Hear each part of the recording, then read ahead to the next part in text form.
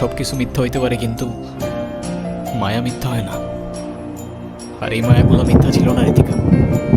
আমি খুব ভালো করেই জানতাম তুমি আসবা, কিন্তু তুমি বিশ্বাস করবা কিনা জানি না, এসব কোনো কিছুই আমি জেনে বুঝে করি নাই।